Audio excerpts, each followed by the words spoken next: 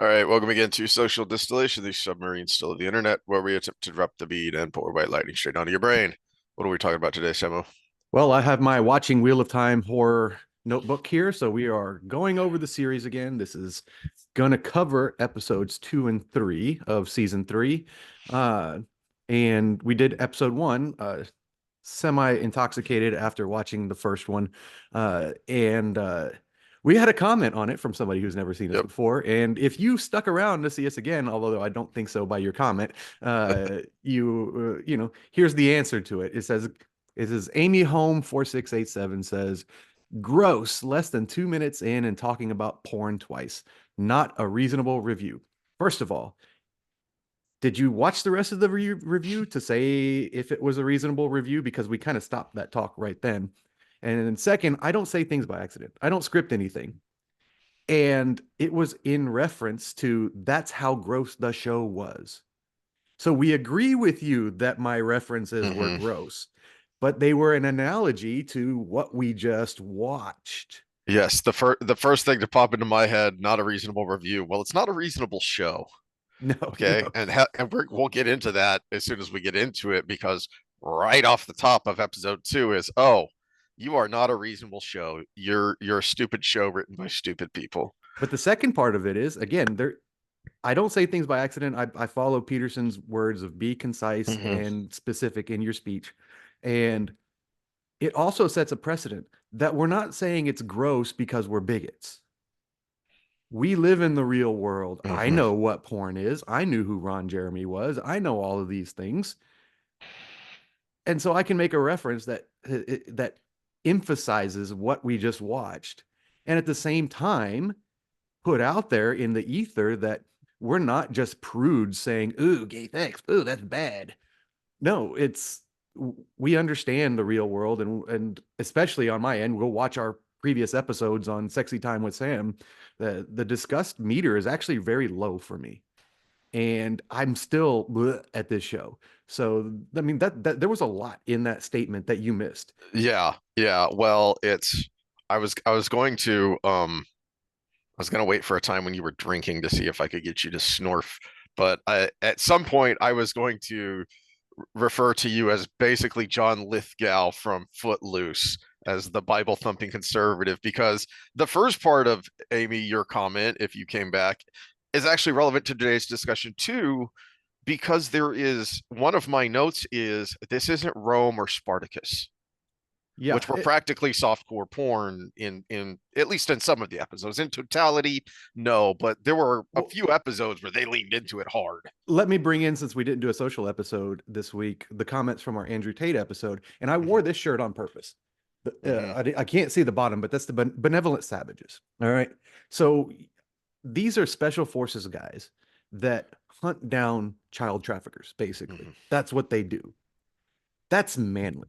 That is the antithesis of Andrew Tate. That is real masculinity doing good things. And where I'm going to draw that line with the last comment is yes, we can talk about Ron Jeremy, and yes, we can do this and that. But adults that have bad habits as adults still draw the line with the kids, right? Now, this show, how old is Elaine and Avienda in the books at this hmm point in their journey? hmm 16, Yeah, they didn't 17. show Yeah. the titties on the screen, but at the same time, they're showing two 16-year-olds having lesbian sex. That's not okay, especially since it doesn't even fit with the freaking storyline of the book. Now, And they they haven't said it explicitly, but I think that's one of the reasons they they treat the kids the way they do when we first see them in episode 1 is because they needed to grow them up so that they could shoehorn in all of this what some people find inappropriate for the setting, of shoehorn in all of this romance and sex. But Maureen, I noticed when I rewatched season 1, Maureen says a number of times that I've spent 20 years doing this. Well, that's rounding up because actually you've spent 18 years. mhm. but also Perrin is already married. So I think no, I think they wanted to grow them up, and they're considering they're all 20 at the Hmm. start of the show for this reason, because they didn't want for anyone who's familiar with old movies, The Blue Lagoon Mm. was a series. I think it came out in the late, or not a series, a movie that came out in the late 70s based on a book that got a lot of criticism because even though the actors were over 18 and you didn't actually see anything, the characters are two 16-year-olds having sex. Hmm. Well, in other words, this is Game of Thrones too. Mm-hmm. The youngest Stark. Yeah, I know the actress was just a young looking 20-something-year-old, but she's like 14 or something in this in the movie, and she And has that. Yeah, she looks like she doesn't age through the 8 seasons of the series, 8 seasons over what, 12 years, yeah, and you know? even hardcore fans had trouble with the scene where she sleeps with Yeah, that dude, you know, and yeah. it was like, ooh, ugh, that's, you know, it. There is a cringe response to that that is completely natural if you're any kind of good human being, Hmm. right? Hmm. And we, even the most hardcore Game of Thrones fans had trouble with that scene, and that was kind of the beginning of the end too for the whole series, uh but yeah, there's so much cringe. And okay, so yeah, we made some off, and this is a battle you'll never win in this arena. If you are too prudish, no one follows you.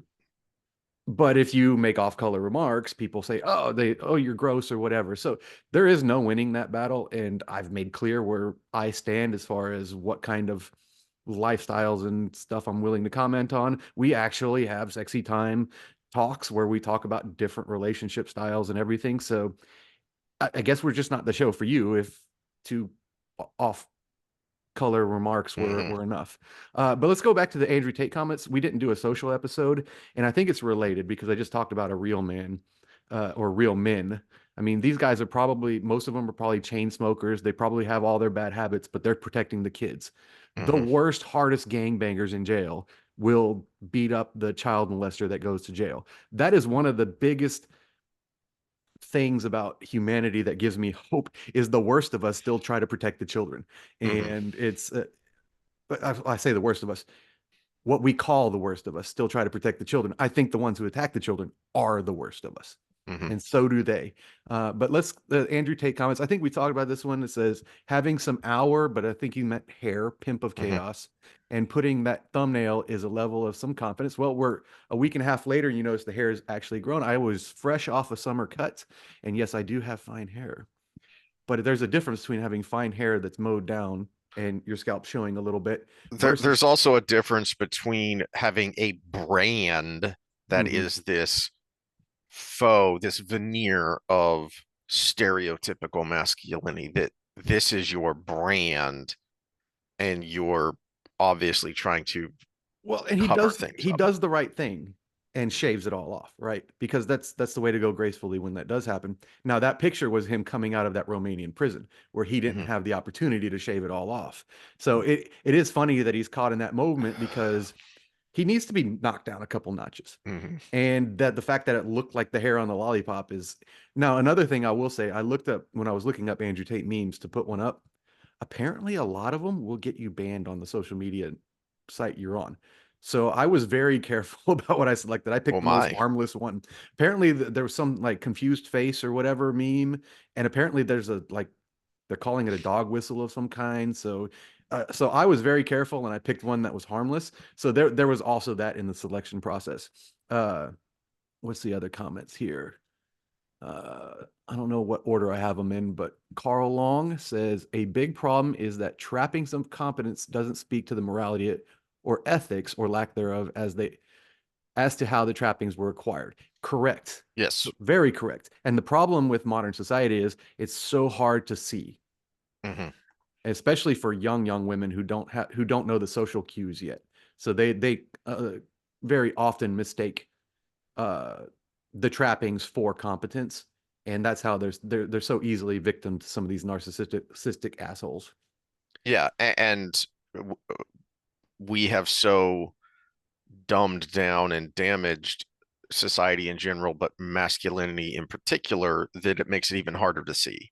Hmm. Because, well, yeah, you're going to get tricked, confused, whatever by the trappings, as Carl says, because you don't have the real thing to compare. Hey, Ace Mortensen. I saw the lollipop and I clicked. Thank you very much. That's why we use the memes. Uh, we had a Wheel of Time one too. It was the one with uh, Daenerys from Game of Thrones and Leandrin Uh-huh. from and they were making the same face at each other. And someone said, I just clicked on it for the meme. I was like, hey, glad to have you. Uh, Glad it worked. and then Carl Long there is, while I'm not disputing the point, Japan and South Korea might be bad examples. I'm not sure there are enough children in those countries to use them as examples, but that's a whole different problem. Yes, It is yes, it actually is. a whole different problem and part of the root of the problem because one of the reasons he's so big is because he's out there having kids with lots of women, right? And saying this is the way because we need to Hmm. populate the world with great people like me. And I have the resources to take care of them. And I have the competence to do it with very little time. And no, that is not the way we should be encouraging families. And it's not about romantic love, although that's how it starts. It's about raising your genetic makeup to be competent people, and you need to be around for that. Even Hmm. if you're divorced, you should be within 20 minutes of each other, right? Hmm. And, we had a recent he was in Houston. He was a police officer, and this is all public information, so I'm not outing anybody, but he was busted molesting his stepchildren and filming it. Yeesh. Sorry for the dogs. And it had been going on for a long time. And Yikes. not only that, he had cameras in her room. So when she would have sleepovers, there was all her friends on camera and Wow. everything. And it's if because so where I was going with this is where were the red flags, Mm. right? First of all, so I found out more information. I was going to give this speech already uh, without this information, but apparently he had already been caught with child corn at some point and had already a mark on him as a sex offender, and now he's caught doing this. So there's already one red flag. Everybody's like, "Oh, mom Yeah, how must the feel heck? so bad about herself." I'm like, "Yeah, she should, because she was there. She should have been seeing these things." Hmm. But I'm going to go double down, and dad should feel horrible because apparently he wasn't enough in his kid's life to see red flags, Mm. to see signs of something wrong with his daughter, right? If he had been an integral part of his kids' lives and you have that natural distrust for someone else taking care of your children, which should be the natural response, you should be picking up on every flag that would have said, hey, something's wrong. Hey, daughter, do you trust me? What's going on? I noticed you're Hmm. acting a little weird lately. I know and if you don't have that relationship with your kids, it sucks to be you, dad, and you need to up your game and you should feel bad. That's just my personal opinion. Yep. All right. All right, to Wheel of Time Uh, as we set from the stage. from one terrible awfulness to another is so uh when we finished last time, I had just watched episode one, and you had started episode two before you stopped so we could record our thoughts on episode one, and you told me when we got done that something terrible, awful, the beginning is just awful, and you wanted me to guess and whatnot. And Yeah, not only is it awful, but this is the problem with the awfulness with the Wheel of Time series, because when we talk about comparing the books to the TV show, it's not only awful, but there's the big, why exactly. did you do So this? right as I was about to click on episode two, the thumbnail for episode two is Matt kind of reclining like what's his face from Jurassic. Why am I brain farting? The guy who played the Fly. He's a real weirdo. Oh, Uh, Goldblum. Goldblum. Yeah, Yeah. the Goldblum sitting there with his shirt open just because, and so it's become very memeable in Jurassic Park. And that was the thumbnail for episode two, was Matt in a similar pose. And the first thing to pop into my head, and I texted you, was, "Oh my gosh, is Matt gonna bang Morgase?" That because we knew that Morghese was coming to the tower. Matt's in Oh, the they could have been tower. combining Thailand and Morgase. And yeah, and I thought, are they going to combine Thailand and Morghese? And then when I started, it happened so quickly that I very soon texted you, I wish it would have been that, because I would rather it have been that. So They, because they were it's trying so to have the dumb red on multiple wedding levels. moment. Exactly. Yeah. Exactly. It There's a was difference a between being the next Game of Thrones and imitating Game of Thrones. Yeah. and this episode that happens multiple times. That was one of my points, one of my notes multiple times about this is cheap wannabe Game of Thrones. Um, but they either don't have the guts or the conviction to go all the way to really kind of shock you in the way that Game of Thrones did in that first season, and or they don't have the technical talent to pull it off. Because just within the scene itself, it makes absolutely no sense. So you see Morghese coming to the throne and she's heavily pregnant. And so we see the end of the succession war, which we only hear about in the books. In that moment, Morghese says to these 4 or 5, whatever it is, that were her staunchest opponents, pledge fealty, all is forgiven. We need to By move the way, on. spoilers if you haven't watched it, just Yeah, so we don't. get that out of the way. Yeah. Yes. And if you're one of those people who watch us instead of watching the show, I feel honored, because that's how I am with a lot of the Marvel Disney stuff nowadays, is Yeah, I that's just watch the guys who complain about it. I'm glad for the internet that I never spent the money on Dragon Age Veilguard, because Yeah. everybody that's seen our show knows how much I love Dragon Age, Hmm. and they screwed the pooch. I'm sorry. Oh yeah, big Yeah. time. Anyway, so you're trying to introduce this character to us. You want to very quickly show us that she is skilled, that she is a competent ruler, but that she's also powerful. So, okay, she has taken the throne, she has won this succession war, but she is also diplomatic and magnanimous. But then after you have humbled these people and they have literally bent the knee and sworn fealty to them, then you execute them, then you have someone slit their throats. Oh, good. You have just shown us that Morghese is an absolute psychopath. Mm-hmm. Because if you were going to do that, then you do it at the beginning and then you tell their successors, all right, are you going to play ball? If you want that type of hard-nosed Machiavellian. If you Yeah, want but her to they be the tried to do it diplomat in a she's way where supposed to you're be, like, oh, she's just being Mama Bear, though.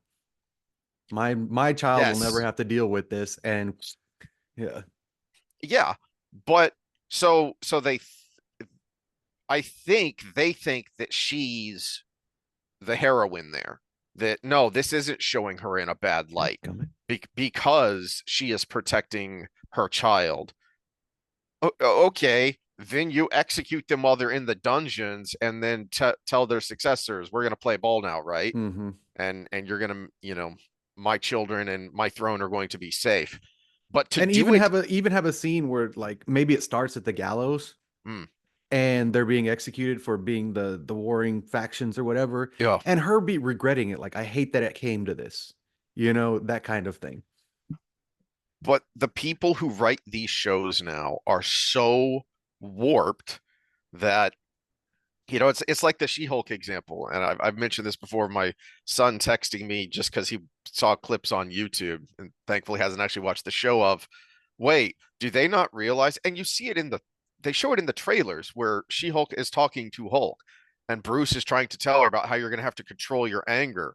And in that scene, the writers are clearly trying to make her the one who's in the right, but any objective person is going to look at that and go, no, Bruce is right, and he has the experience. He knows what he's talking about. You're the bad guy here, woman. Mm-hmm. But the writers don't get it because they're just too warped. And it colors everything that happens in this episode, because so much about this episode and the next episode is the interaction between Morgase and Elaine, especially, but Morgase and her children more generally. And you have just distorted and destroyed that because she's not the good and protective mother, but also the powerful queen that you were trying to make her. She's a freaking psychopath. Mm-hmm. She She's a she tyrant. is. Yeah. I mean, cheap Game of Thrones. She's what's her face. Oh, Lannister, Yeah, uh, Lannister, the female Lannister, Cersei, or whatever. Cersei. Yeah. You know, it's the way she was protective of her kids. Yeah, you understood it, but you also understood she's the villain. Mm-hmm. You know, it's that's what you have done from the beginning, and you either don't get it or you don't care. Yeah, and they're probably trying to set up something for later where Elaine stands up to her and is like, "I'm not going to be the tyrant you are," or something. Hmm. Hmm. Yeah. I'm And going to rule better. very early on, you would at least have an excuse for the. Here's the other problem that you have is that right away you introduce Gabriel, and very quickly at the very end of the episode, you show us that, or no, it's the very beginning of the next episode, isn't it? Hmm. Where they Yeah, where yeah, they where all they all meet. get together. Yeah. So you very quickly tell us that Gabriel is Ravine. He is one of the Forsaken. Okay, well, now we have no change of character.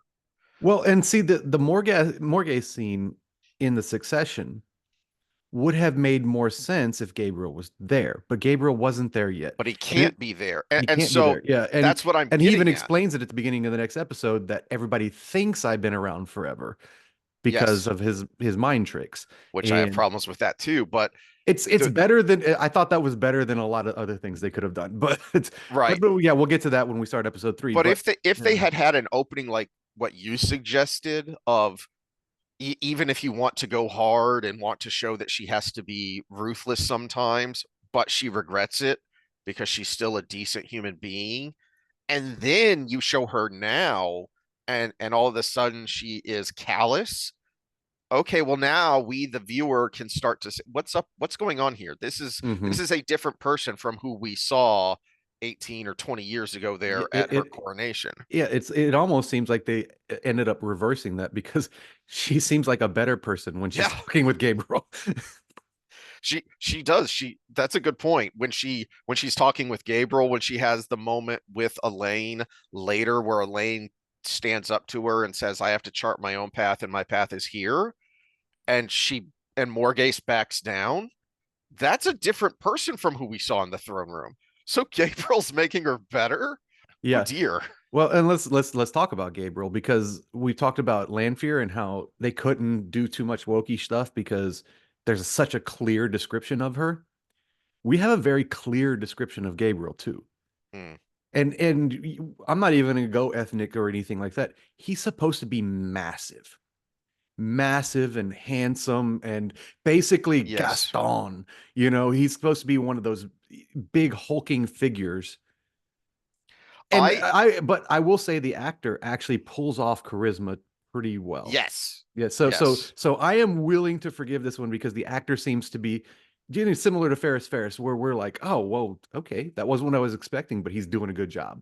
So I'm willing to this one. Although the thing about Gabriel was his booming voice, his Mm. large masculine frame, all these things where he was just it's like Razor Ramon from the old WWF, where he was machismo coming out. I tell you, the build isn't there, but from the name Gabriel, I often wondered if Clark Gable was one of the Mm, inspirations for Gabriel because he was a tall, broad-shouldered. He had the bit of white on his temples for a long time, even when he was young, and he had that chin and that smile. He was the classic leading man of Hollywood. He had that classic leading man look, and that's what Gabriel is supposed to have because he is a ladies' man.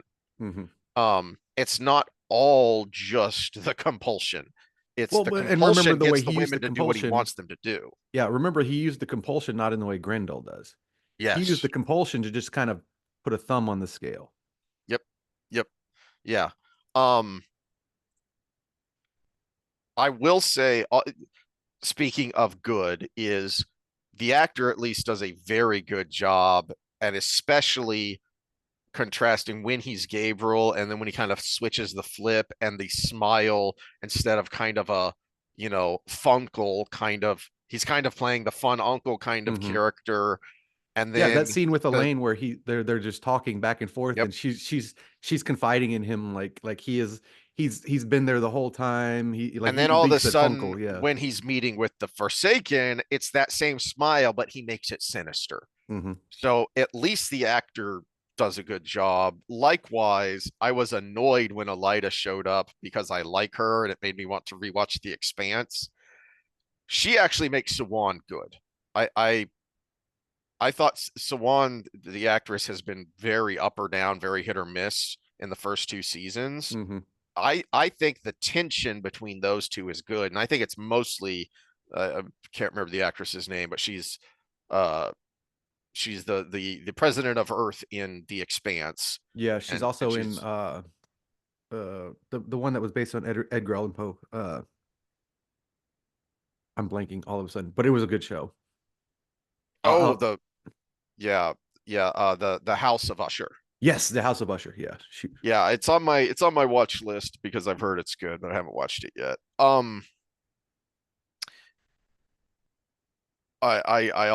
I also have thoughts. Okay, so I've already talked about how the Elaine Morgase doesn't work because Morgase is a psycho. hmm Here's a couple other tidbits.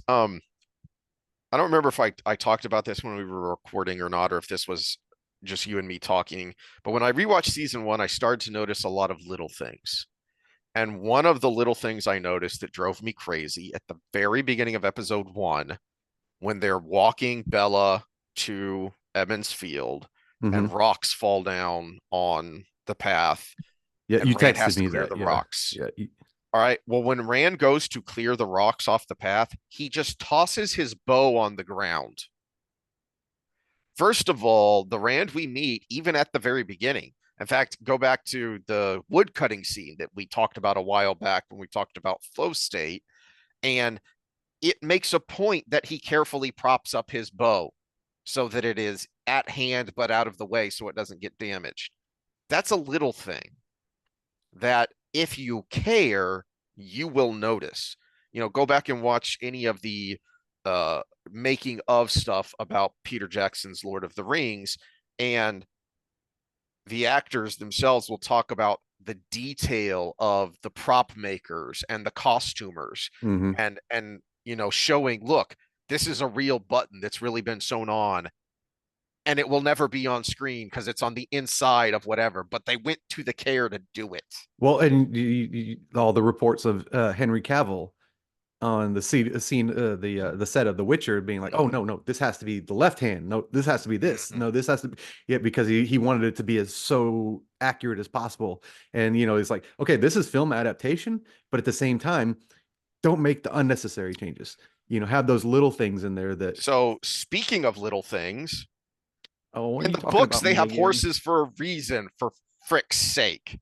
All right. So it shows the group that is walking to the waste. Okay. Well, first of all, the reason they have horses is one, that's what they're used to. Two, they're going a long arse way. And three, it sets the wetlanders apart from the Aiel. Hmm. The wetlanders cannot keep up with the Aiel on foot.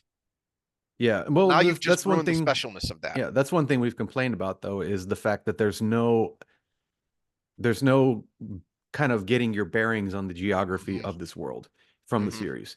Yeah, everything's just Yeah. kind of right next to each other. How quickly does it seem like they've gone, but anyone who thinks about it would know you're in the White Tower and you're going across the spine of the world. Where is that? That sounds far. You And make see, it seem like you're about to take this epic journey, and then you're just there. and this is where Game of Thrones did it well, and I understand why Wheel of Time didn't want to do this to be like copycatting, but the opening to every Game of Thrones episode was the map.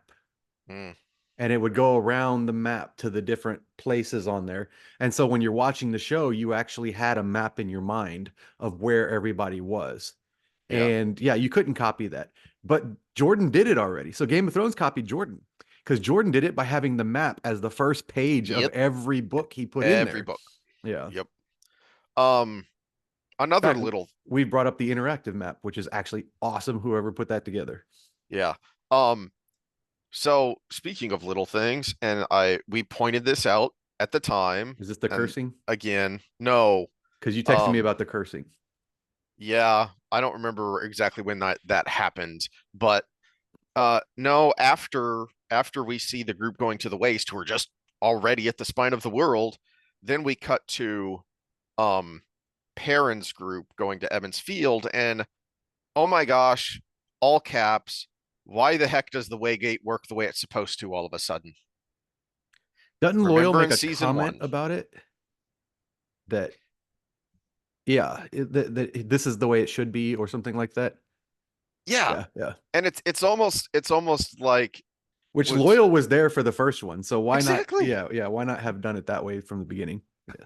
And it's almost like we're mocking or acknowledging, yeah, we screwed that up in the first season, but it's the same people. You're mocking yourselves and you're still not getting it right. Well, remember And the goal of the first season was to make Moiraine the focal point, right?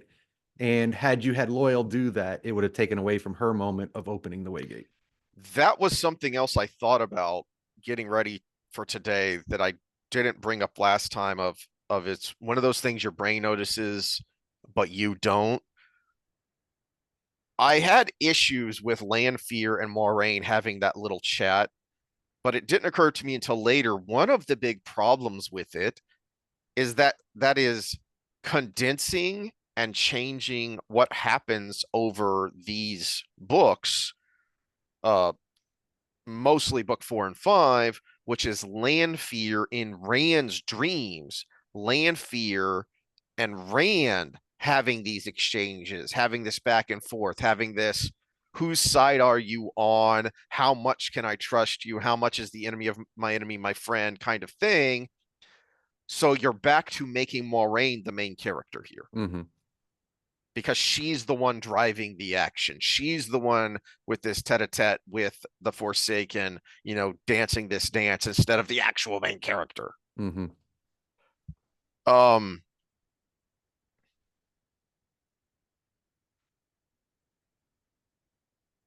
My next note is the princes when they appear in their training scene. Did we already pass that? their training scene, we're just about there. We have a couple of scenes that to me were just kind of meh. They weren't terrible, but they weren't good enough to point out. Um, and we see the princes Which I um think, even though we know sparring. in the books he's clean shaven, that actually looks like a Gallad, because we had to modernize it a little bit because that short crop is like the style. It's like the Brad Pitt, the mostly shaven but not. Mm, Uh, they were playing on that, so I actually am okay with that. Even though, I mean, every descriptor was right except for the beard, and the actor kind of pulls it off. Although I think he was a little over the top. Gallad being yeah. all gay on the chair, I don't know what that was about, but Yeah, yeah, they're gonna make him bisexual, I'm assuming. So, probably. Um which everybody hates Gawain, so I mean, we, I guess, can celebrate that. I thought there were times where Galad was being he wasn't just being factual the way he actually is. He was actually being an ass. And Yeah, and that's where the young writers come in because they couldn't differentiate between the two. mhm. Where Yep. someone is just so rules based. I mean, that's the thing. Actually, they should have gotten this one right because it's like the girl in the class that tattles on everybody. That Yeah. that's Eh. that. I mean, and most of the writers were that person. So I mean, it's like, why couldn't you get that one right? Just write yourself, and you would have been fine. But yeah, I think he's just a little over the top, and that probably is what leads you to think of just asshole. Now, but Speaking they of, contradict themselves yes, with a lot. after the little fight, and they're just showing off to get laid. That's not Gallad. That's not even Gawain, but at least it's more believable for him. So, but that's not Gallad because Gallad never showed off. He Hmm. fought well and was flourishing every once in a while, but he was doing it to win, or to do what he needed to do. He never showed off. In fact, we have a scene in book 5, maybe, where Brigidi's watching Galad fight, and she's describing it of how beautiful it is, but at the Hmm. same time, he's just completely functional the whole time. Yeah, it's when they're trying to get away from the mob, Hmm. when they're leaving the menagerie and trying to get away from the mob Hmm. of the prophet. But you didn't And get that here. You could have had Gawain showing off and Galad just being really badass and doing what he needed to do. And the fact that Gawain won that battle through, I mean, that was the knife, the twist of the knife after the whole scene. that yeah, I was briefly confused for a second, going, wait a minute, because the beard does seem that that guy, that actor looks more like um Galvin. I'm like, wait, I thought that was wait, which one's Galad again? Because Galad should have freaking won. Hmm. Um, Yeah, the fact that they were showing off to get laid just to have a funny scene where Matt is stuck between the two rooms. and that was where my comment came in, is this isn't Rome or Spartacus, but it's worse than that because it's all a bunch of PG banging. Hmm. You don't actually see anything, and it's all just for a joke at Matt's expense, and it doesn't make any sense. Even if you want to say, again, it's a little thing of Golid would not be a player. That is not his character. Even if you Hmm. could stretch to somehow, well, we're instituting our own kind of sexual mores into this fantasy world. Okay, but there are still people, even in your world, presumably, who are not just obsessed with sex, Hmm. which this show clearly is, Well, and especially from this season. and when you talk about the message, isn't this counterintuitive to it? Because isn't this just the jock trying to get laid by performing in Hmm. front of everybody, Well, but which is the person you hate as the writer of this show? it's even worse than that, because there is a line before we get to the PG banging at Matt's expense. There's a line that Elaine says that that makes it worse, because it turns them both into Machiavellian players, Hmm. which is, Elaine says when she's talking to Nynaeve, my family never goes anywhere without 12 plots they're hatching, and that's just what you can see on the surface. Or maybe she's talking to Gabriel there. I don't remember, but I wrote down the line because I was like, oh my effing gosh. No, it's when she's talking to Nynaeve after they watch the brothers spar. And uh no, next to the Borderlanders, Andorans are known for being the most direct Hmm. of the houses, of the nobles. They don't play the game the way everybody else does. They are more direct. So you're undermining it because you're trying to shoehorn in book stuff that you don't understand. This Hmm. comes up a couple of times in these episodes of, oh, you said the line, except the line doesn't work here because you're just inserting it and you don't understand the meaning. Yeah, okay, so this gets me on my big pet peeve about all the most book accurate series season of the series yet. They just threw lines from the book in all of these. There were times where I would hear a line, I'm like, I remember that exact line Mm-hmm. from the book. It wasn't here, and it doesn't make sense here. Uh, yeah, so it's, and here's my other problem. So we talk about why they did this for the TV adaptation or whatever. And one of the big things they always say is there's not enough time in a series to put, Mm-hmm. 14,000 page books in there, right? Then why are you adding scenes that make zero sense for just to try to get a scene that you liked? Because when I saw Galad and Gawain fighting each other in the training yard, I was like, okay, Matt's gonna have Yep. walk in for some reason, and we're gonna Yep. have that scene right here. And I was waiting for it, and it never happened. And then we have the stupid Matt scene where he's stuck in between the two rooms. And In I'm like, fact, the and I was like, that's 8 minutes of film right yep. there. Yep. 8 minutes of what we saw. And I mean, that's days of And then you're going filming. to, when you finally do it, you undermine it because there's no one there. It's Yeah. just the four of them, and not Yeah, I until have the notes end on of that the later. next Yeah. episode. Yeah. It's Uh why?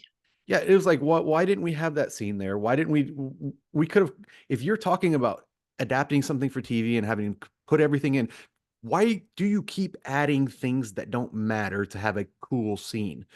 And it's not even that cool. I'm sorry, young Hmm. 25-year-old writer that got your gender studies degree. No, it's not even that cool. Um, Well, the scene where he's stuck between the two rooms, Min walks in, mm, and here's my second big. I'm the negative one this time, I guess. You're actually trying to point out some positive things, and I'm the negative one. But when did we get non-binary Min? Min, when she goes to the tower, becomes Elmendrita, hmm. which means she actually was more boyish and tomboyish and disguises herself as more girly in Hmm. order to fit in the tower so she can do her thing for Swan and Moiraine. And we get the exact opposite of that. In fact, she is so boyish now that I'm just like, what the? Yeah, yeah, we have gone, we have left tomboy territory and gone to non-binary territory here. And in order to make it make sense, so this is good news, bad news, guys. Okay, I guess I should give you partial credit because you at least had the wherewithal to, oh, we need to try and make this make sense. But it makes even less sense because they then tried to make all the servants in the tower look like men, look like the way she dresses. And it's, oh, good. Much like the not having horses, so the wetlanders can keep up with the Aiel, Min's not special anymore. Mhm. Yeah, the fact that Min dresses like a boy, quote unquote, except she doesn't because she tailors her clothes to fit a woman, so you can tell that's a feminine figure, but I digress. It's not special anymore. And so they make all of the servants wear that silly looking maitre d uniform that's modern and dumb looking. And Yeah, it takes you out of the fantasy element. well, and as the if I'm to put myself in the shoes of that actress, I think she's identifies as female. I don't want to misgender actress that plays Min. She's obviously, you can see her bio on IMDm, but she's obviously a little bit tomboyish herself. Why not let her show some range to play a very feminine character when she obviously in the beginning of the series one came out very tomboyish? Mm-hmm. Let her show her acting range. That would have been pretty cool, right? Yeah. No, but that's not allowed for anyone except one of my next notes here is Lanfear's back must hurt from all the carrying. I think it was the dream sequence with her and Rand Mm-hmm. is the dream sequence they finally had that didn't last long enough, but was all her carrying that Yeah. moment. Well, and we got a contrast to that because then we have a Rand and Moiraine talking about channeling. Mm-hmm. And my note there was Rand was pretty dang good, but Rosalind Pike, she just always looks, she has the same face for everything. Like she's confused and distraught at the same time. And it was wrong for that scene. So we were talking about, oh, just playing on this or the directing or whatever. I think actually the guy who played Rand is pretty good. And for all her accolades, something is wrong with Rosalind Pike here because she just is Yeah. not pulling it off. I think that is her attempt at the depth that Moraine is often described as there's always something going on behind her eyes. Hmm. She's always in thought. And I think that's her attempt to this is a deep thinker who's always thinking deep thoughts. No, But I but hadn't but noticed that. yeah, But to your point, she always just looks confused and distressed. yes, yes. So it's always the same.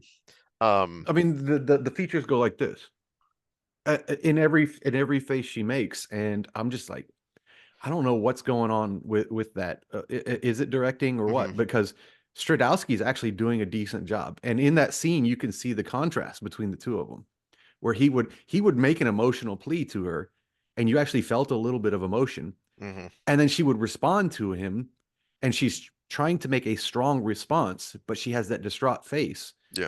and I'm like, oh, it's not working. Yeah. Speaking of not working, back to the Min and Matt scene. Bring the horn. You heard about that? As we ranted about last time. Everyone heard about that. So beyond just the dumbness of the PG banging, it also serves to undermine Matt, who is supposed to be a ladies' man in the books, and yet here he is, pathetic and alone. And then you're doubling down on that by reminding us that he was being really stupid. And then, oh, you're gonna do it again, much like in season 2, where, oh, you said the line, so it's okay now. Because when Rand is gonna go see Sawan in Karheen, Mm-hmm. uh Lan says the line about the one thing to remember as a man: whatever you face it on your feet. Oh, so it's okay that Sawan just immediately slaps him down and he has to be saved by Moraine. No, same thing here. Because then Matt goes to Sawan and she has a line about doing something as stupid as posing. And my all caps comment is F you show, Matt isn't a retard and Rand isn't a wimpy simp, because it is a mirror of what we saw in season 2 with Rand and Sawan. And then you try and make it, oh, but it's okay because Sawan then says the line about you remind me of my uncle who died Mm-hmm. running into a burning house saving children. And you completely undercut that. You again, you put the line in there so you're all, see, we like the source material, but you don't get the line because you have just beat Matt down so much the line is worthless. And we have yet to see that Matt. We've seen that Matt in brief glimpses before. By the time we get that line in Dragon Reborn in the books, we've actually seen Matt being heroic. We've seen Matt being a selfless friend, even when he doesn't want to be, even when he knows, oh crap. Mm-hmm. We haven't seen it here.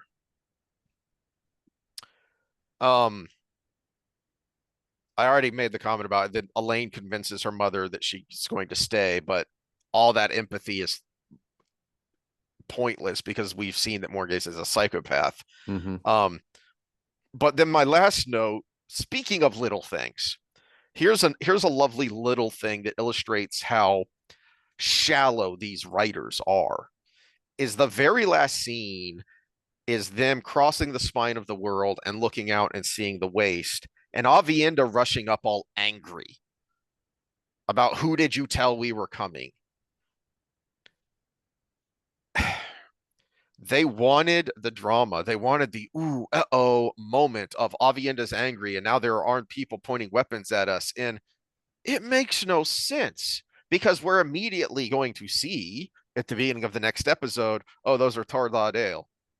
I'm sorry. Avienda doesn't, one, first of all, notice, yeah, those are Aiel. Two, oh, those are my people. That's my actual clan and sept. And oh, that's my actual freaking clan chief. Oh, that's one of the wise ones. It makes no sense, but they wanted their moment. They wanted their Mm-hmm. dramatic moment to end the episode on a cliffhanger. Also, speaking of little things, did you notice in that scene that on the very edge, there's there's a black Aiel that's even darker than Nynaeve's, the Oh, actress who I plays it. missed it. Yeah. Yeah, he's as dark as Yvonne was, and I'm like, oh gosh, you couldn't help yourself, could you? All the other Oh. Aiel, except Avienda, of course, look like Aiel, and then there's that one dude on the left, and you're like, where'd you come from? Is that Yvonne's long lost brother? Oh, Oh. uh, did you have any other thoughts on episode 2? No, other than that was probably of the four I've watched the worst one. Yeah. Yeah. Sorry for the hiccup. Bathroom breaks between episode 2 and 3, and Heath is laughing about something because he had Okay. an epiphany. Well, I had an epiphany here. That it just dawned on me as I'm sitting here looking at my notes, and we're about to start episode 3, so we get the little Forsaken meeting, and ooh, what's Lanfear up to? And I said, wait, speaking of Lanfear, they've already teased us in the coming up this season at the end of episode 1 that what is probably going to happen is, because I complained about the way they have pushed Egwene and Rand back together rather than slowly pulling them apart like happens in the book. And with the thinking of how the heck is he going to ever get with one or all or any of the women he's supposed to be with, or are they even going to do that? Well, it looks like as she starts to train in dreamwalking, Egwene is going to see Lanfear and Rand in the dream. And that is what is going to turn them against each other, which, okay, on the one hand, that is actually credit where it's due. That is kind of a decent way to fast forward to angry Rand, Mm-hmm. is having a hard breakup.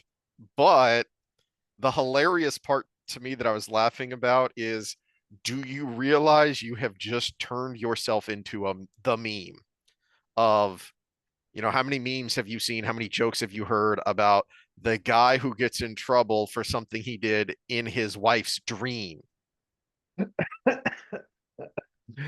Wow. Oh, yeah. Oof. Good If job. this Girl comes power, true, guys. if this comes true, we have prophesied. We have Yep. How uh dare you in my dream? Now, yes, granted, in this world, dreams can be more than dreams. But anyway, I just, that thought, uh, the thought actually came about because I was, as we were paused, I was thinking, oh, I need to remember to say credit where it's due. There's a couple of good things here. And, and then that led me to Egwene, and I went, oh, geez, I just realized something. Okay, but okay, credit where it's due. There are there's an outline of something creative here. There's an outline of something worthwhile here in, all right, we need to condense this incredibly long book series. How can we do it? And keeping Rand and Egwene together and then having a worse breakup than they had in the book is a way to fast forward Rand, or angry Rand. Also keeping keeping the storyline to Tanchico and the girls as Swan's hounds to hunt the Black Ajah, pulling Egwene out of that actually helps us get to know Elaine and Nynaeve better and quicker because we have fewer people to pay attention to. mhm. And it's just their dynamic together rather than the dynamic of all three of them, which is more complicated. Yeah, except for my first critique here was the way they handled them becoming the hounds and the Mm-hmm. interrogations was Mm-hmm. it was like a child wrote it. I, Do you I, know why? Because it probably was someone who, as a child, read the child's version of Sherlock Holmes. mm, Because one of the more famous elements of Holmes is the dog who didn't bark. And that is what they're paying, I would say paying homage to, except they're not clever enough to do a good homage, because that is what Nynaeve said. What isn't there? Okay, what didn't happen? The dog didn't bark, so the dog knew the person, so it must have been, I don't even remember which story that was from, but it is a famous trope from Holmes. But they're not clever enough to take that kernel of an idea and pay it off. yeah, well, to me, this is a big moment where the whole putting in stuff that doesn't fit and matter, like the Galad Gawain fight scene to get laid, Mm-hmm. takes away from screen time where you could have done it right, but now they're trying to accelerate something because the novices and accepted in these scenes have way too much power. Mm-hmm. And what we had in the books was a lot of subterfuge, a lot of using the fact that you're the underling to your advantage. And we could have used those 8 minutes from before to have a little bit of that here, but they didn't have time for that. So they have to say, oh, well, you're going to do this. Oh, you're in charge of the interrogations. You couldn't even get in the room with those Mm-hmm. people if you were an accepted or a novice. And now they're trying to make it like, oh, I'm an accepted, I can do whatever I want, but I'm not an Aes Sedai. And they haven't made the line distinct enough between what it is to be an accepted and an Aes Sedai, because now these accepted Mm-hmm. can do whatever they want because Egwene just left. Oh, I've got the ring now, I can leave. You She did know, more than just leave. She yeah, back talked the frickin' Emerald seat yeah. and keeper and another Aes Sedai and girl bossed her way out of the room. So all of these scenes that are just completely unrelated and we'll get to some with Leandra. I think I made a note. Is like, what's the Mm-hmm. point with this whole side story with Leandrin with her, her dad or whatever, because it's taking away screen time and it's completely unnecessary when That we is could have been. actually my criticism of the opening scene, which otherwise is good, mostly because Lanfear is really well acted and Gabriel is really well acted. Mhm. And the two of them in the room together with, now we were wrong because we thought they might be combining some characters. Yeah, yeah, Uh, they did list out a bunch of them. Simmer Edge is going to be here. they didn't say Demandred though. And Hmm. speaking of outlines, is we've complained in our book review that Demandred kind of gets lost, and we feel like in the last half of the series, he kind of, criticism even to RJ, he kind of dropped the ball there because in Lord of Chaos, it seems like Demandred is going to be a big effing deal, and then he kind of disappears until the surprise at the end. So if you were going to cut, I could see you cutting that. I could actually, as important as he is to the climax of the story, in the build up to the climax, Demandred's actually not that important.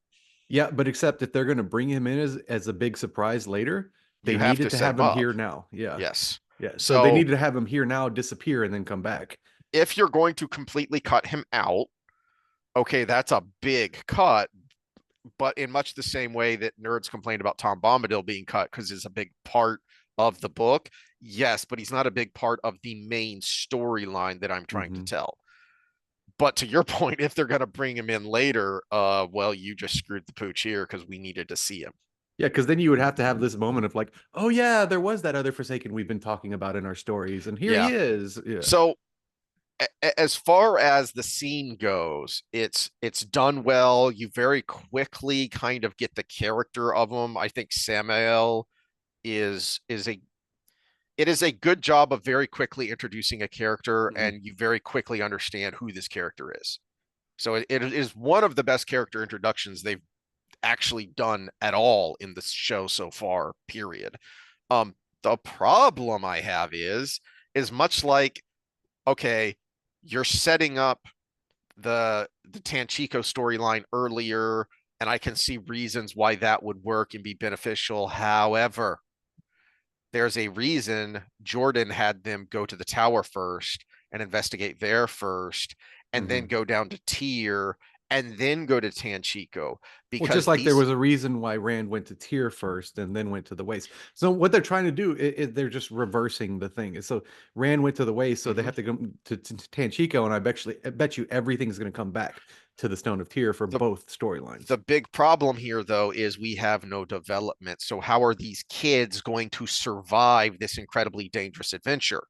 By the Yep. time they get to Tanchico, the They've Elaine. trialed by fire in Tyr where they got Exactly. captured, and yeah, it's And even before then, in the tower while they were hunting, and then mhm. on the road, on the river to Tyr, where they had some encounters along the way, they had a build up, which gave them experience to be able to survive a very difficult situation that they were going into. Now we don't have that. Okay, well, same thing here. The problem with the way they hand wave Gabriel's ability to convince everyone that uh he uses the number 10 years. Everyone I meet thinks I have been a close confidant of Morgase for 10 years. That's a big effing deal that he can do in the blink of an eye. And remember what we saw and kind of complained about in episode 1, that the bubble of evil was actually Lanfear. Okay, well now you are creating a power set with no limit. Is there anything that the one power in the hands of the Forsaken can't do? Because that's going to create a problem for you later when you go, well, why didn't they just magic their way out of it? Because the Forsaken can apparently do anything with no Mhm. limits on their power. Well, I mean, even go back further to season 2 when Moiraine slits Lanfear's throat. The downfall of a channeler is you could still get cut. And and they made it to where she's just invincible and comes back from the dead. Uh, and it's like, okay, what are you setting up here? Because there has to be a Yeah. way for you to die. Yeah. It's okay. Well, you have just created more problems for yourself down the line. How are Which you is going which to is deal where with I think the this? Ishii reintroduction is going to come back because everybody thinks he's dead, right? Yeah. But oh, they Um, can't die. Oh, all of a sudden there was a finger left and it grew into a new Ishii, you know? It's exactly. T2 all over again. Um, I actually didn't have a huge problem with the interrogation and the investigation, um, at least initially, because it actually built. It was actually a build.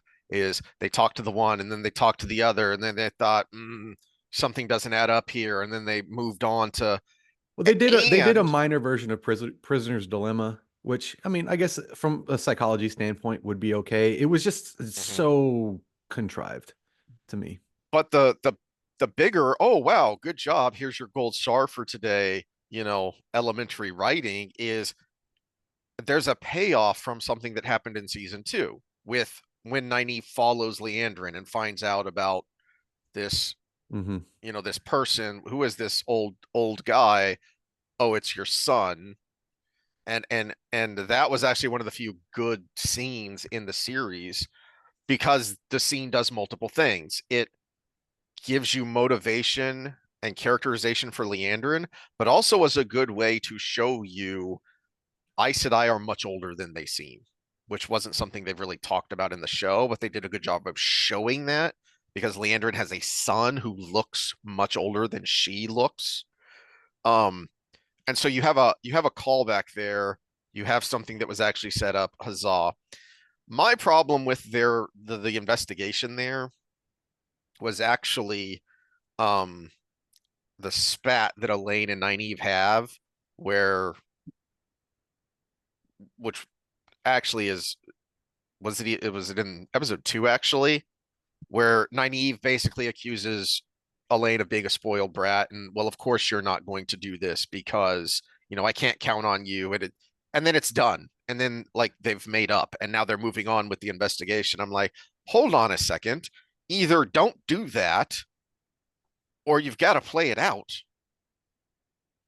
There's ah, Maybe they're going to try to bring it back they as might I they knew I might couldn't trust you.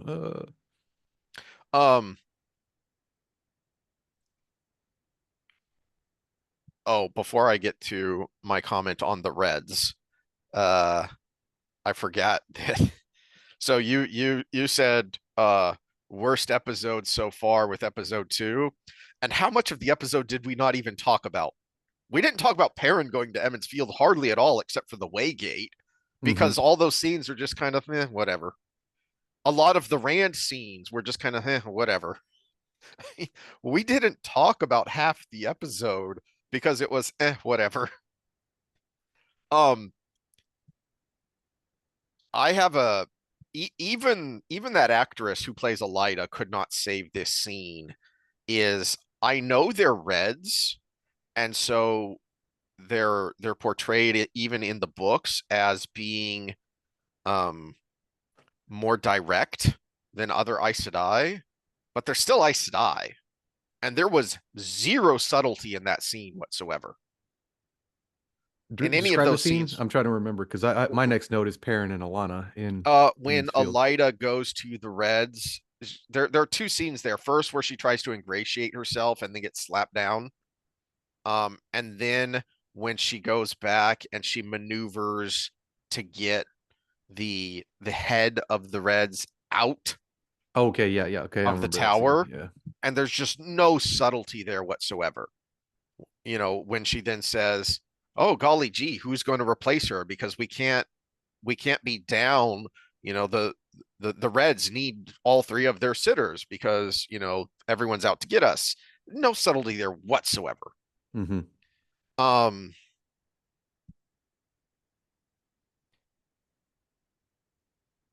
I had a bit of a WTF moment for why did the writers feel the need to either swap?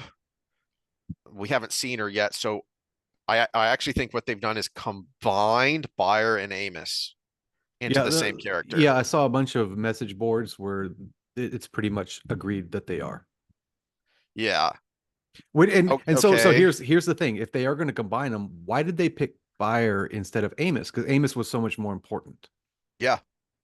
That was the part that did confuse me because I'm like, okay, I understand combining those two characters, but I don't understand why you picked the of import one of them to be the one that's in the show. So that's what really threw me off, especially since she My, can channel and Bayer could not channel. yes. Yeah, And she's Rourke's husband, or husband. Rourke is her husband, yeah. which actually is where my tinfoil hat went. Is they picked the older one because the way she's described in the books, Amos looks a lot younger than she Hmm. is because she can channel, which means she looks a lot younger than Rourke. And they didn't want an actress that looked significantly younger than Rourke. Is a I think he's a pretty well cast uh Yeah, yeah, I don't hate that one. Yeah. actor for him. He's got the size to say, hey, this is a Yeah, warrior, and he kind of has and that he's little bit of a Sean Connery air about him, mhm, which makes of sense for Rourke. You know, Sean yeah, Connery he from looks what old, was but that don't mess movie with him. with it was a spy movie. Oh gosh, Hispanic actress. Oh, with the lady who gives you throat cancer, but you'll gladly take it. Yeah, yeah, yeah, Michael yeah. Douglas, Catherine Zeta-Jones. Yeah, She yeah, looks yeah, yeah. Hispanic, but she's actually Welsh. Yeah, so he kind Um, of comes across as that where he's like the wise. Entrapment, was that one? Yes, that's it. Yeah. Yeah. So he's kind of like the wise advisor. Uh and that I or even Sean Connery from The Rock, which is a Hmm. fantastic movie, underrated movie. But So cheesy, but I love it. yeah. That was the only thing Also I the could last think. movie I ever saw in a drive-in movie theater, by the way. There's a drive-in way south of Dallas. Then when I'm on my way to see you, I'm frequently tempted to stop there on my way back home, and Yeah, just because there's a drive-in in the south side of San Antonio too still, but you don't go there if don't you go are there. Don't complected like us. no, don't Yes, go there. yeah. Um, anyway, that was the only thing I can think is that those two look like a couple a lot more than someone who actually looked like Amos because Amos, the way she's Yeah, but described, should look a you just lot like gave credit Morghese. for showing that the youth of the Aes Mhm, Sedai versus mhm. what they really are, and you could have done that again. These people can't help themselves Yeah. because they are so encapsulated in a worldview that turns you into a villain for wrong think. Hmm. That even where they see that maybe we need to do this thing this way, we can only go so far because there are certain tropes that are not tropes. They are hard laws of nature as far as these people are concerned, and Hmm. they cannot be violated. Yeah, I remember seeing on Twitter not that long ago. It was like a poll. It was like, if a 26-year-old man dates a 23-year-old woman, is he a predator? And I'm like, no, that should be that's Uh, pretty standard. Yeah, that's pretty I don't think I standard. want to know the results of this poll. Yeah. Um, Uh, I'm trying to. I didn't had no notes about the waste there. So my next thing was when we get back to the two rivers. yeah, I have a note that trees don't grow that fast, but whatever. Well, Um, yeah, there's that, but also, okay. So my note here was also another moment of screen time waste because they made up a completely contrived custom so Perrin and Alana could have a moment together where she's got the ashes on her face oh gosh, and I forgot explains why about she has that. that and I'm just like, okay, so they're trying to bring some book stuff in with Perrin and the apple trees, right? And they're making it a graveyard. Okay, whatever. So completely made up custom. And then Alana comes up to talk about her custom, where she's got apparently her warder's ashes on her face, which explains Yeah. why she looks like she has scales for the first part of the season. And and it's like, why did you make up this? The only reason to make up this completely contrived custom on both sides was to bond these two people together. So what's going to happen with Perrin and Alana that is so important that you had to have this bond here? When you have already introduced us to Fail, Mm-hmm. we haven't had their real main interaction yet, but you've already introduced the character. And Which the also we point, get non-binary Fail. yep, yeah. And just my note on that was, well, they're doing it at the expense of women as usual. And credit where it's due before I take it back is okay, if you were going to split up the book this way, this actually is a decently intelligent way to introduce Yeah, Fail. yeah, coming in with Lord Luke. That Okay, yeah, if you because don't she have is a book three hunter. where he meets her, yeah, and Gaul coming in and everything, which we're She not gonna does have Gaul, which makes mention, me cry, but yeah, it just she does reference other hunters from time to time. That is where we meet her in the book, is in the presence of other hunters. Um, okay, fine. But then you don't do anything with her. And the apple tree scene is a big red flag for that because, again, you've read the books, but you don't understand the books because the point of that scene was about Perrin and Fail together. They have a moment there at the apple trees. mhm. And while you couldn't have the same moment because by that point in the series, they have known each other for months, you couldn't have the same moment, but you still could have had a moment and you needed it if you're actually going to set up Perrin and Fail. Yeah, and my initial thought when I saw Fail is they were gonna do the she's pretending to be a man, but she's actually a woman. Oh, geez. But they didn't do that because he's talking to her when they do have their scene together where they actually do talk together. Mm-hmm. That I'm like, she's not pretending to be anything. She's openly a woman-ish thing. And I guess you're just supposed to accept that he's cool with that. Now, I will say the actress is still hot, even dressed like a dude, but it's I mean, there is that at least. They did cast her well from a if I was Perrin, I would, you know. Mm-hmm. Yeah.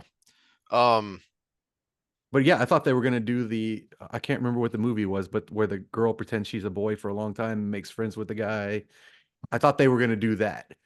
And it's just like, no, they're not even pretending. She's just kind of like she's the they them, you know. I mean, they can't because they've had so many modernities in this high fantasy series already. I mean, back to the griping about men in the Mater D outfit is we have seen a lot of women wearing pants.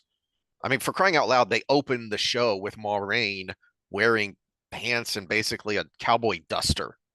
Yeah, so my comment was, yeah, they're doing all this, blending of, gender identity and stuff, all at the expense of women. And my observation about this whole show and pretty much all of Hollywood nowadays, and is like all the guy switches, they're just made gay. And gay hasn't been edgy since the 90s. So, you think you're edgy, you're not. Yeah. Um, I mean, one of the speaking, most prominent conservative commentators, Dave Rubin, has been out of the closet since the 90s. So, yeah, it's yeah. and Rob Speaking Smith and all of these guys. speaking of blending, well, my next note is wow, Leonid's crew really blends in, huh?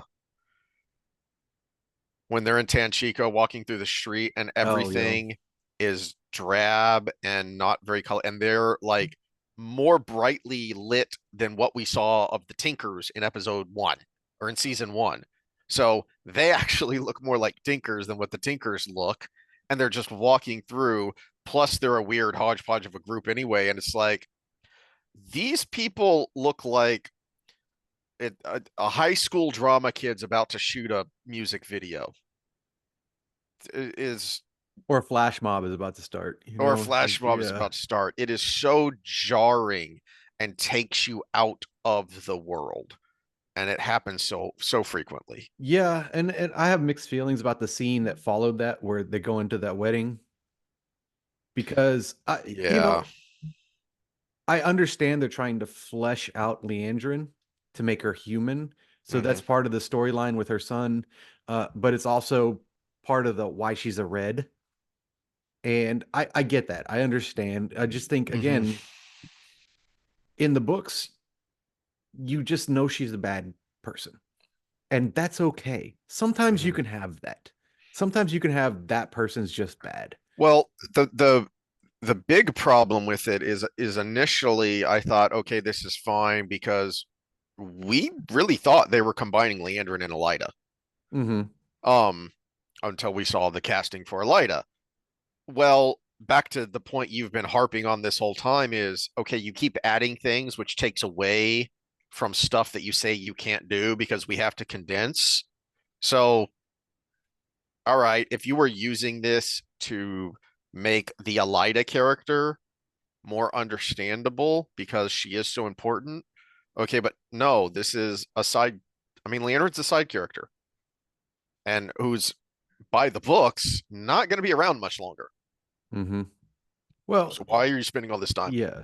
Well, but at the same time, I think they're trying to make you root for her a little bit Yeah. because my note on that was, oh, going harsh on the pedos is kind of against Hollywood right now, you know. Eh, but yeah, that was the whole thing because she's going into it, and you're putting her in the place of that little girl that was in Okay. the scene. Well, Eh, let's actually talk about that now because that actually leads into where what my notes chronologically were. So at the end of the episode, we get the we reference the opening of Morgase was the Timu Red Wedding, the fanfic Red Wedding. This is literally the fanfic Red Wedding because it's a wedding. mhm, And they're trying to have their Game of Thrones moment, except it isn't because it's a pale imitation, because it looks cheap. It is cheap. The effects aren't as good. In the actual Red Wedding, we had time to know who these characters were so that it was a kick in the nuts, as well as just being horrific to look at. This is a nothing mhm. on multiple levels, but also the other problem it has is from the beginning, Game of Thrones is set up as an incredibly harsh, savage world. RJ's world is actually pretty darn civilized most of the time. Mhm.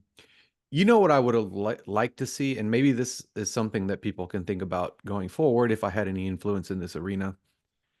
We could have had a story by the books more uh fleshed out more by the books, and then had like a 2 episode spinoff. You know what show did this well was Lucifer. Hmm. Because I've talked about how I like that show a lot. And sometimes the last 2 episodes of a season would be 2 spin-off episodes that had nothing to do with the main storyline. And you could have probably done that here. You could have had 8 episodes of RJ's Wheel of Time going through, and then 2 episodes of behind the scenes in Leandra's head, you know? And that might have been a better way to do this instead of putting it into the regular screen time. And we could have developed a kind of an emotional bond to, oh, she's a horrible person, but I get it, Mm-hmm. you know? And we or even an episode that goes outside of the box, 1 episode or two for some of these main characters. Like one I'm very disappointed in is Carradine is a gray man now. Where in the books I was like, that's a guy you can see motive. Mm-hmm. I pledged myself to the dark and I know I made a mistake, but now I can't get out of it and I'm trying to protect my family. That was that dude. He Yep. made a mistake when he was young and he's trying to navigate that. We could have had that with Leandrin, right? Where something happened to her while she was young, which they implied in this episode. Mm-hmm. But it would have been better as like a what we'll call an outrigger episode that is like bonus episode, Leandrin's folly or whatever, Mm-hmm. something like that. But it just was out of place right here. Yeah. Um, because they don't I just keep going back to yeah, you've read the source material, but you don't understand the source material. Mm-hmm. There's also probably a good bit of Dunning-Kruger of you actually think you're smarter than the guy who wrote one of the highest selling fiction series of all time. And Yeah, you think well, there's also looking from being in the social psychology realm right now and learning from these people. There's also the fact that I think they need to justify bad female behavior because it is the man's fault. And yeah, Leandrin was a bad yeah. female in the books. And they're trying to make it because she was raped and all this stuff. There's no other reason why she would be bad. Mm-hmm. Ignoring the fact that she's followed by this whole crew of people, some of whom it just explicitly says, "Oh, she's just a psycho. She just Hmm. enjoys the pain and the Yeah, death." Chesmel and Yeah. yeah. Um, and yet what makes it worse is they don't know how to write an actual strong female character. For instance, going back to the chronology, is when we go to the waste after that first glimpse of Leandrin's crew blending in so well in Tanchico, and Bayer slash Amos talking to Egwene about dreams and dreaming. And why is everyone in this show a buddy instead of a mentor? Hmm. Because these people don't know what a good mentor is, and they don't recognize that a good mentor is important. And part of mentorship is hierarchy, which can be uncomfortable and problematic in Hmm. their worldview, which is why Egwene can just girl boss her way right out of the tower after just becoming an accepted. Well, here we are. It's contrast it with the books. Is you have been telling us from the very beginning show, from episode 2, dreams can be more than dreams. So you are setting up the dream world. You are setting up that it's potentially dangerous. Well, that is why the wise ones slap down Egwene so hard, Hmm. because it is a child about to walk out into traffic. And you don't say, "Oh, no, honey, can you please come back?" No, you grab that child and you yank them back because they're about to walk into traffic. These writers don't get that and can't write that. What they can Because they're write, also not parents, so yes. Well, what they can write is, and this was another one of my comments about this isn't Romer Spartacus, is the sweat tint and how, I mean, it just within the show itself, contrast the back and forth between Lan and Moiraine in the sweat tent with Lan and Moiraine in the bath in episode 1 of season 1. Those are actually two adults having a conversation. It's a little weird and awkward and maybe titillating because they're naked in a bath. And you get a little bit of the, wait, is this completely platonic? What's going on? They're naked, but they're just completely platonic. So that scene actually does something. This scene was written by teenage sex fiends. And that was my comment is not everyone is normal people think about things other than sex. And that is part of the point of the sweat tent that is so shocking is sweat tent. We're just getting clean. There's nothing sexual here at all. Well, to the wetlanders, it is. But to the Aiel, it's just, no, we're just getting clean. But yeah. it's Some of not. these It's people have people never keep been to making Europe, I guess. eyes. Yeah.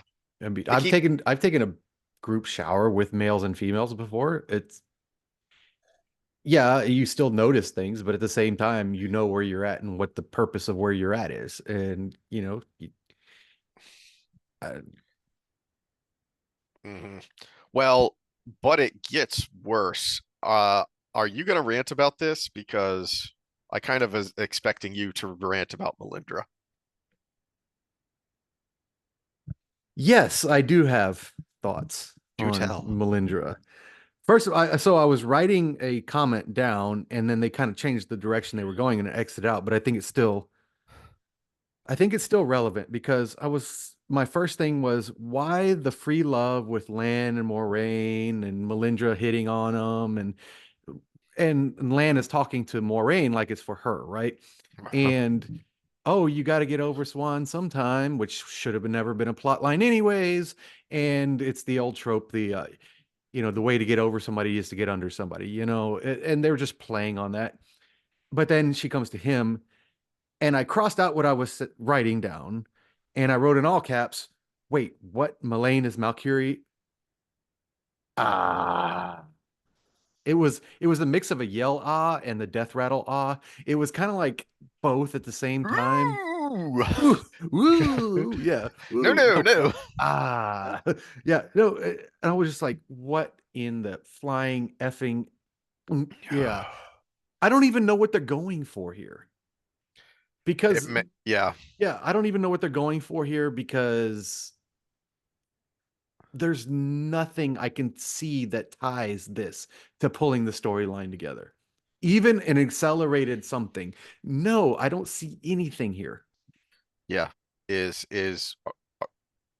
are they going to do the Matt and Melindra thing with Lan and Melindra? But you've already doubled down on No, the but this is Nynaeve thing, Mullane. and This isn't Melindra. This is Mullane. no, I'm pretty sure it's Melindra. Oh, They reference Mullane earlier because Amos Bayer mentions Mullane as the I think references her as the only other Tardod Dreamwalker. Um, no, that was actually Melindra. oh, that was Melindra? Okay. Yeah, double check me there, but I was actually thinking about this scene earlier, but I didn't want to say anything because I figured you would have thoughts. Um, So but it's even worse than I thought because I was mhm. thinking it was Mullane, and I was just like, "Mm." So where does the Mary Sue trope come from? And it comes from the early days of the internet and fan fiction.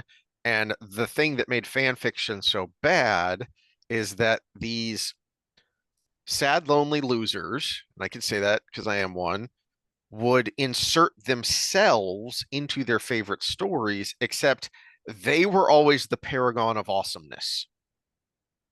Okay.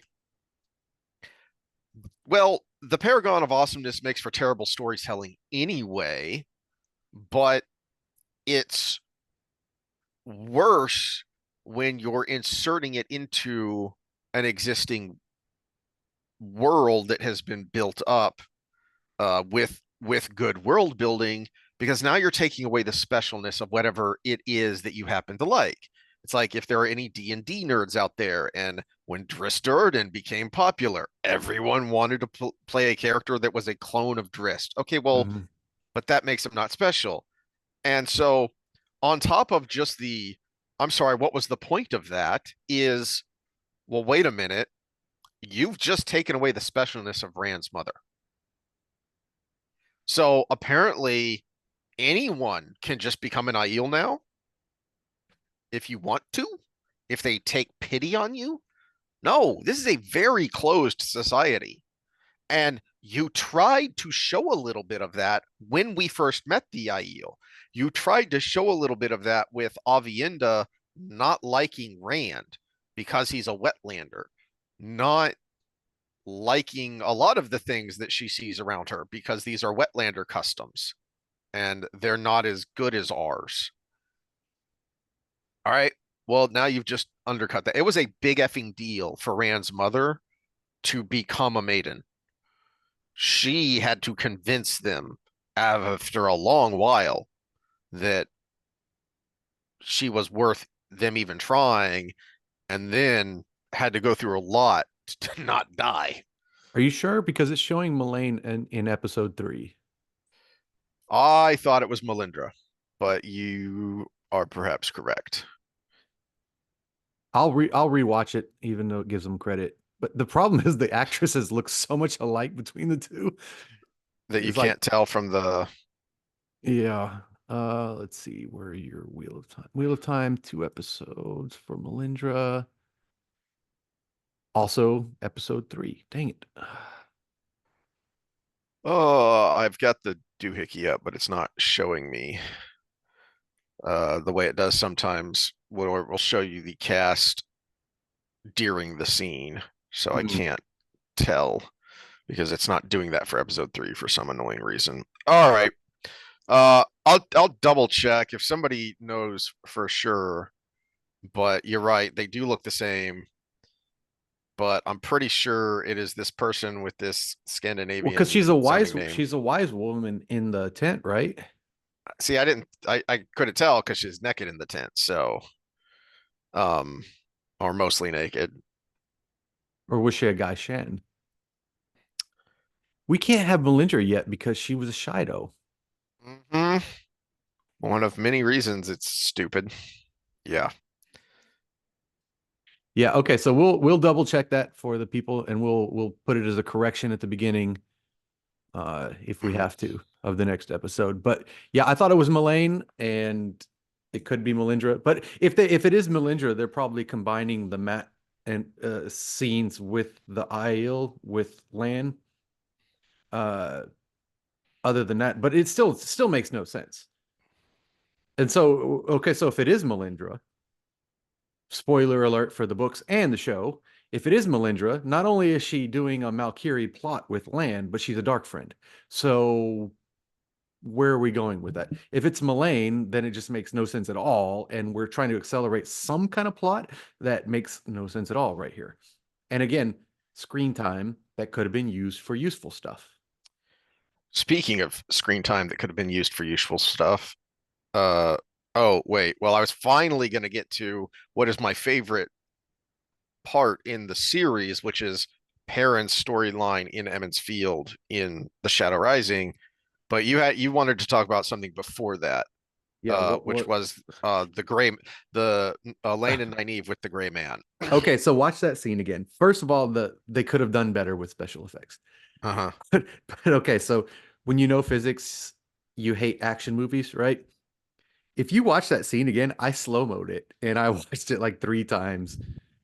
Neither of them were in danger of getting hit by that crossbow bolt, except Nynaeve pushed her into the line of the bolt, and then they both went through it as it happened. So Oh, there's the twist. Nynaeve's the black yeah, sister. yeah. So Jeez. if the crossbow had gone, the bolt had gone where it was going, then they would have both been safe, and it would have been like, Tink, oh, what's happening? But no, she actually pushed her into the line of fire, and it just happened to hit right in between them. So, Good job. Good job, guys. but Speaking I of good also have a jobs, note here that says, ask Heath, since you're rewatching the earlier seasons, what the argument between Matt and Min is. Because I know she like was tempted to give up her powers, and that comes up in the argument, but I it forgot happens in exactly what season happened. two, and I Yeah, haven't it's gotten near around the to end of watching season season two. two Yeah. because she somehow betrays them for Ishamael, but I don't remember what it is. I think she just tells them where they are, but I But thought you already knew. So according to the argument, she didn't do the thing. yeah, Yeah, so so she I was don't going to sell them out, but she didn't. yeah. So Um, I don't want to have to rewatch it again, so I'm going to leave that one to you. yeah, I'll get there eventually. Um, oh yes, back to my favorite part in the book series, which they're continuing to butcher. Oh no, there was one note here. It was about Rena, because you're talking about Bear talking to Mm. Egwene about the dreams, and she made this. I wrote the quote down. It said, "If you can dream her, she's alive." That's not how this works. Oh gosh, I forgot about that part. Yeah, that's not how this works at all. Uh, It's like the old ladies in the Facebook commercial where she's got pictures on the wall. And it's like, that's not how this works. yeah, no, it if you're talking about the dream, so they seem to be conflating being able to go into other people's dreams or pull them into yours with Teleron Riyadh. Hmm. Or It just is, standard dreams. Because remember, yeah, yeah, Egwene fled her dream to get into the dream world. That was the whole point of that that's scene. right.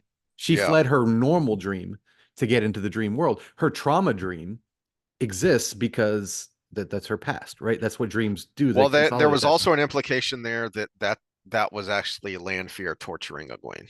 Hmm. But also in the books, Rena should be alive, but we saw her die. We saw Egwene kill her, basically. So, I mean, what are we getting at here? How is Rena going to be such a big player in this whole thing later on? Well, I think the implication was that's she's dreaming someone who's alive because it's Lanfear in disguise, but that is still stupid because that's not how this works. That's not how any of this And yeah, works. why even mention it too, Yeah, because they're not clever enough to execute their own ideas because they're not clever enough to think deeply. Okay, Um, back to so they, Eden's Field. uh, who is the Tavarin in this scene? I'm not sure. I can't tell. Does anyone know? Are we sure it's not Marin Alver? Because that's my Hmm. note here is why is she giving the stay and fight speech? Well, Hmm. because of course she will. Does um Does she even have a husband anymore? Uh, oh, actually, my other thought was also hilarious that the actress from the first season has been recast, and this one is my first thought when seeing her was you gave birth to Egwene? Are you sure you did? I mean, I know you were there, but are you sure? I don't think you did, honey. Yeah, genetics is not on the list of Oh, classes geez. that these people took when No, they're getting no, it is not. their So, writing. so much like Ilya does all the talking when the actual seeker is Rain, just like here, Marin, apparently she's the mayor and the head of the women's circle because she's in charge, which beyond just yeah, it's more modern isms that are stupid and annoying, and it's why your stories suck. To your back to your point is why do you keep inserting these things which take away from the story? It's so now here in a little bit when Perrin gives we should all stay in Emmons Field. It, why are they listening to him? Why isn't Marin the one saying that? Because there's no buildup. That should have been Perrin because that should have been the first step to the no, we're going to stay here. Everybody come to Emmons Field. We'll fortify Emmons Field and we'll make it safe here. So there's no buildup. It's Mhm. just all of a sudden Perrin's in charge and everyone's going along with it. Yeah, before that, they had the parent and Fail scene where she introduces herself as Mandarb. Mm-hmm. This was one of those more like the books things. It was basically word for word Mm-hmm. from his first interaction with her. And I thought that was actually okay because they actually stuck to the source material, so the writing was already done. There wasn't any stupid lines or anything. So I think it was quickly paced from a just watching it Yeah. standpoint. It was almost rushed, but at the same time, it was like, hey, look what happens when you stick to the source material. It Maybe the conversation was already written for you. It's just, maybe it was written for a reason, but yeah, also the other reason it feels rushed is because there's no bookend. That should have been a scene that was set up by something and set something else up, and it's just there.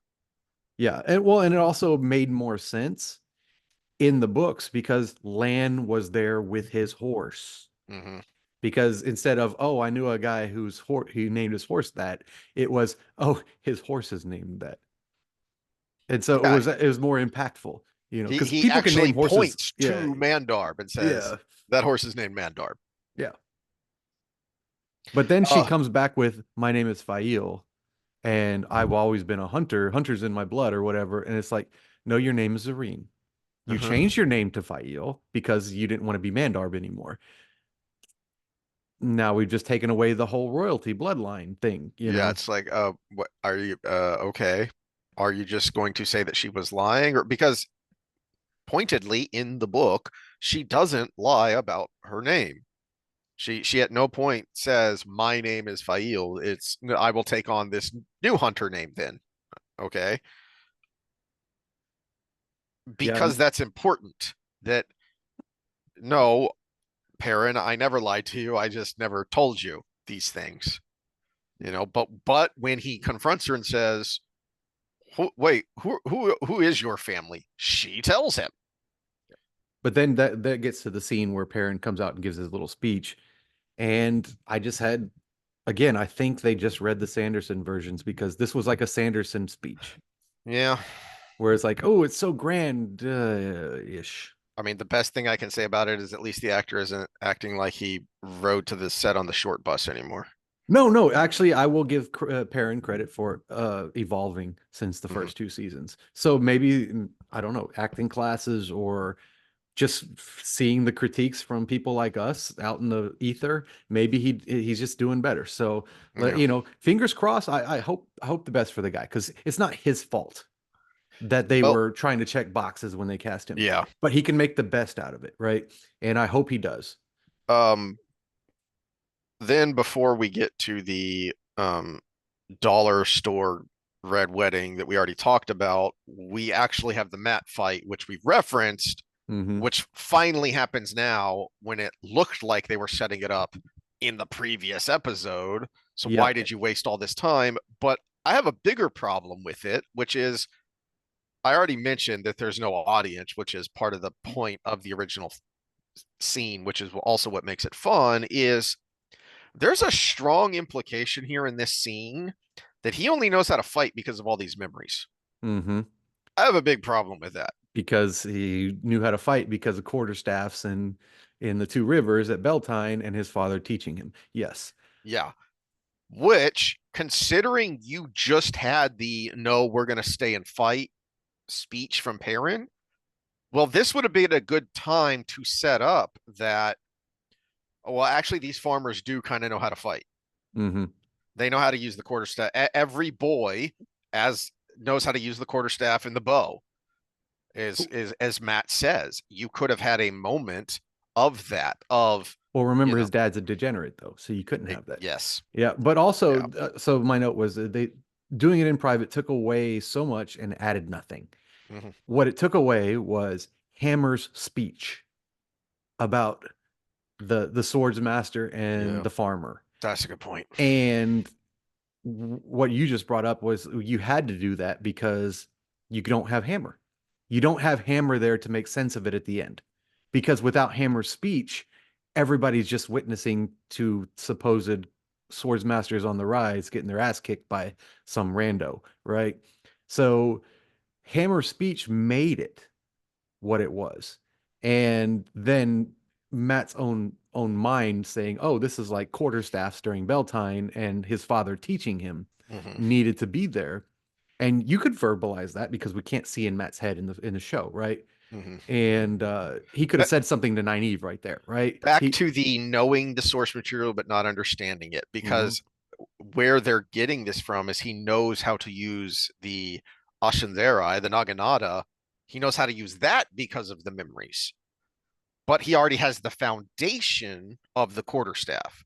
So Mhm. he knows how to tweak the quarterstaff technique with having a short sword blade on the end of it Yeah, so because of the we're memories. connecting cognition to motor memory, right? So his body already knows the movements, and he has the knowledge now to tweak it to where he wants to go. Which matters because, one, you have just yet again undermined Matt as a character. So far, Matt is not even a remotely a heroic character. Perrin has actually had some moments where he has gotten to be heroic. When the wolves show up and when he's trying to, break the other Shinarans out, when he, rushes it, even though it's horribly stupidly choreographed, the fight scenes inside of Falm, we have gotten almost nothing heroic from this Matt, Hmm. and Except you I'm a keep hero making it of the worse. horn. Exactly. Yeah. Except he blows the horn and now all of a sudden he's a hero too. But what? Whatever. But we have gotten almost nothing heroic out of him. Um, oh gosh, I even forgot about that. That um they were kind of teasing the Ashandera. I had completely forgot that he ties the dagger onto the end Hmm. of and it's like they're trying to tease the Ashandera. It's like, well, wait a minute. You had a callback to your own crap you could have made there. Why did you insinuate that he knows how to fight because of the memories when before the memories he was doing some quarter staffing? Hmm. I had completely forgotten about that in the second season. So you suck. Hmm. But again, also to the parent point is the boys knowing at least kind of how to handle themselves and being coachable to get even better makes it believable when Perrin goes back and all of a sudden these farmers turn into the farmers from the stereotypical story that, RJ kind of hangs a lantern on and gives a wink and a nod when he makes reference from time to time about how in the stories the farmers rise up and they overthrow the tyrant. In history they get slaughtered. Hmm. Okay, well, it doesn't happen here. Why and how? Well, they actually have a foundation in defending themselves and they have good leadership. Well, we haven't seen any of that so far. Well, yeah, we can bring this to real life. Why did I go from pretty much a nobody to fighting a kickboxing champion in Mexico in a couple years? because I grew up in country wrestling where the rules were we'll just call everything was a gray area. You know, don't poke somebody's eye out, and pretty much everybody got along. You know, it was every once in a while someone would grab your nuts and twist. You know, that's country wrestling, and it didn't do very well in collegiate style freestyle wrestling because there's too many rules. That was the Uh, problem. But uh, then when we got into MMA, it was like, oh, we got a little looser schedule here, and it was like, okay, so I adapted quickly because of a base that I had. Well, country style wrestling is what all country style people do. If you're from the backwoods anywhere, I guarantee you identify with the words I'm saying. So yeah, you don't mess with that person because you don't know. You just, even if it's just developing the toughness of it. And that's why the Two Rivers were successful, and people who know that understood why that happened. It's just like Lexington and the freaking British Army, right? These people were farmers, and they were, I think that's what RJ was kind of channeling when he pulled it out, was the American Revolution. A bunch of farmers got together and said, you know what, we're going to get together and call this thing a militia, and we're going to fight this regimented army. Sometimes it went well, sometimes it didn't, but we won, right? yeah. The foundation these so-called artists have is laughable, if not deplorable. So there's your problem right there. Well, they grew up under supervision. Quit fighting, quit doing this, don't do that, don't Yeah, bite, don't true. hit, don't do this. And we all got together out in the middle of the woods because we weren't allowed to come in till the sun was down, and just did whatever came to mind, whether that was cooperative or fighting. Sometimes cooperative fighting. Sometimes cooperative fighting. Yeah. Yeah. Well, I'm so looking forward to episode 4 now. Yay. Well, I do have silver lining. I have already watched episode 4. You have not. And I will say, not to ruin it for you because I don't want you to have a preconceived notion too much, but compared to 1 through 3, which I thought were in a lot of ways worse than the first 2 seasons, Mm-hmm. episode 4 was probably better than any episode in the first 2 seasons. So, just for those that haven't watched it yet, have a little lightheartedness if you're going to watch it. If not, we'll give you a review next week. All right. We will see y'all then. All right, later.